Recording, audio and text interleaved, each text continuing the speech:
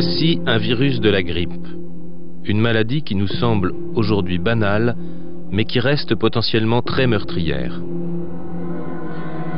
Au lendemain de la Première Guerre mondiale, la grippe espagnole fait en quelques mois au moins 20 millions de morts. Plus de victimes que les 4 années de combat qui s'achèvent. La cause de cette hécatombe est due à l'apparition subite d'une forme du virus de la grippe inconnue jusqu'alors. Est-on aujourd'hui à l'abri de l'émergence d'un nouveau virus de la grippe? Alors, la question en fait n'est pas tellement de savoir si il peut y avoir une épidémie de grippe aussi importante que de savoir quand il y aura une épidémie, parce qu'on est sûr qu'il y aura une épidémie et il est très probable qu'il y ait une épidémie un jour aussi importante que la pandémie de 1918-1919. Cette pandémie elle était due à une recombinaison spontanée, naturelle d'un virus respiratoire et il y a tout lieu de penser qu'un jour ou l'autre on aura à nouveau une recombinaison naturelle d'un virus respiratoire à très haut potentiel de contagion. La grippe est due à un virus en fait dont il existe de multiples catégories, on en connaît 3, ABC dans l'ordre de la découverte, qui sont eux-mêmes subdivisés en sous-catégories, et ces virus en fait ont des mécanismes de variation qui fait que, eh bien en fait ils ne sont absolument pas figés dans le temps. D'une année sur l'autre, d'une saison sur l'autre, ces virus évoluent suffisamment pour qu'ils puissent déjouer notre immunité et venir causer de nouveau une épidémie. Cette menace permanente de modification du virus de la grippe fait de cette maladie la plus surveillée aujourd'hui au monde. Sur cette carte, on peut visualiser au fil des mois la propagation mondiale de la grippe sur une année. Dans chacun des pays qui sont indiqués ici, il y a des centres qui rapportent des données en temps réel à l'OMS. Donc lorsque les données sont vertes, c'est qu'il n'y a pas d'épidémie. Et on s'aperçoit que l'épidémie démarre par des zones jaunes, puis orange, et puis rouge. Et le rouge, c'est le pic épidémique qui est atteint dans le pays, avec une diffusion importante, une épidémie nationale. Il y a une grande variabilité pour les épidémies de grippe. Il y en a des fortes et des beaucoup plus modestes, d'une année sur l'autre. Mais au cours d'une même année, lorsqu'elle est forte dans un endroit, elle est forte dans tous les endroits.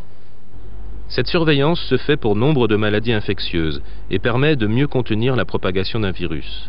Mais elle permet aussi de simuler des stratégies d'action si un nouveau virus venait à émerger. Cette surveillance mondiale a montré son utilité lors de l'épidémie récente de SRAS.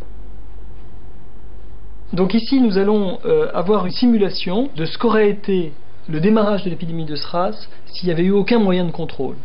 Et on s'aperçoit que la diffusion partant de la Chine aurait très rapidement atteint les États-Unis, le Canada, mais aussi l'Europe de l'Ouest, l'Angleterre, l'Australie, le Japon, pays qui n'ont pas été concernés ou très peu concernés, à part le Canada, comme on le sait.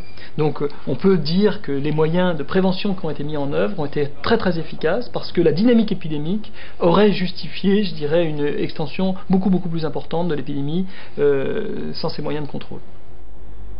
Si demain un nouveau virus de la grippe émergeait, sa propagation serait sans doute mieux maîtrisée qu'au début du siècle, grâce à ces moyens d'anticipation.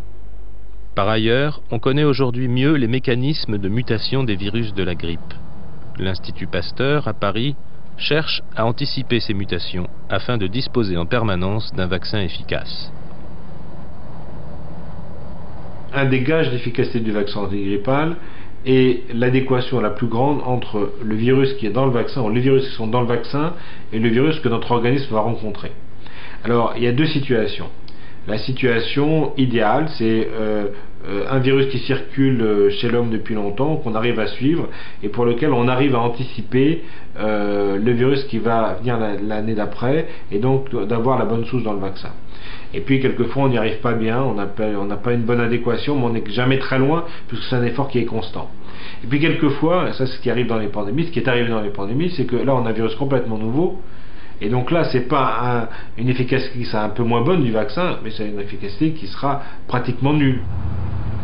Aussi, pour ne pas se laisser trop prendre au dépourvu, l'Institut Pasteur travaille bien en amont en essayant d'identifier la source de ces nouveaux virus à l'origine de ces pandémies.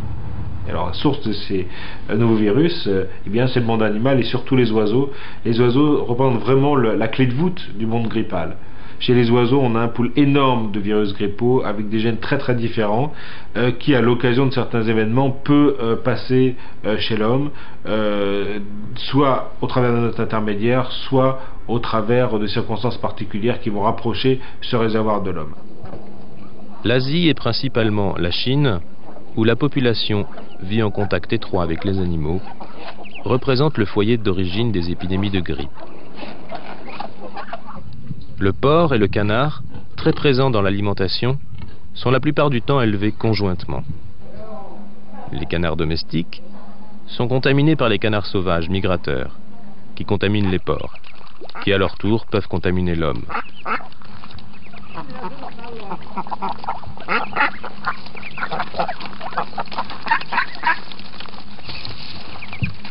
Dans cette chaîne de transmission, le porc est l'intermédiaire animal le plus connu entre l'oiseau et l'homme. L'oiseau migrateur joue en lui le rôle du premier maillon.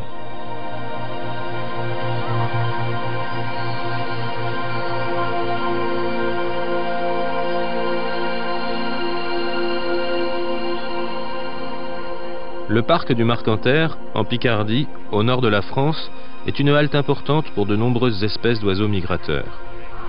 Un lieu idéal pour recueillir des virus venus des 4 coins du monde afin de préparer les prochains vaccins.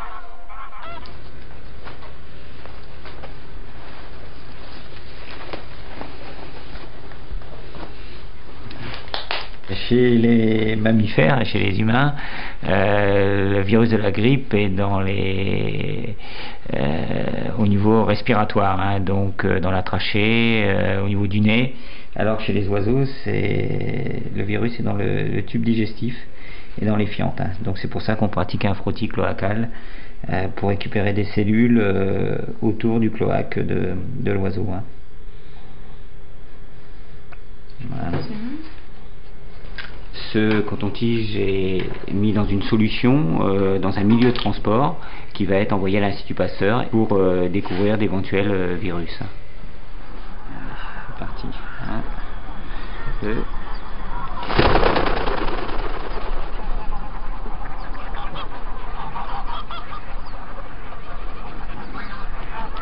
Ces recherches sont quand même très importantes puisqu'ils ont permis de connaître 15 virus aviaires, donc virus de l'oiseau, de la grippe au niveau européen.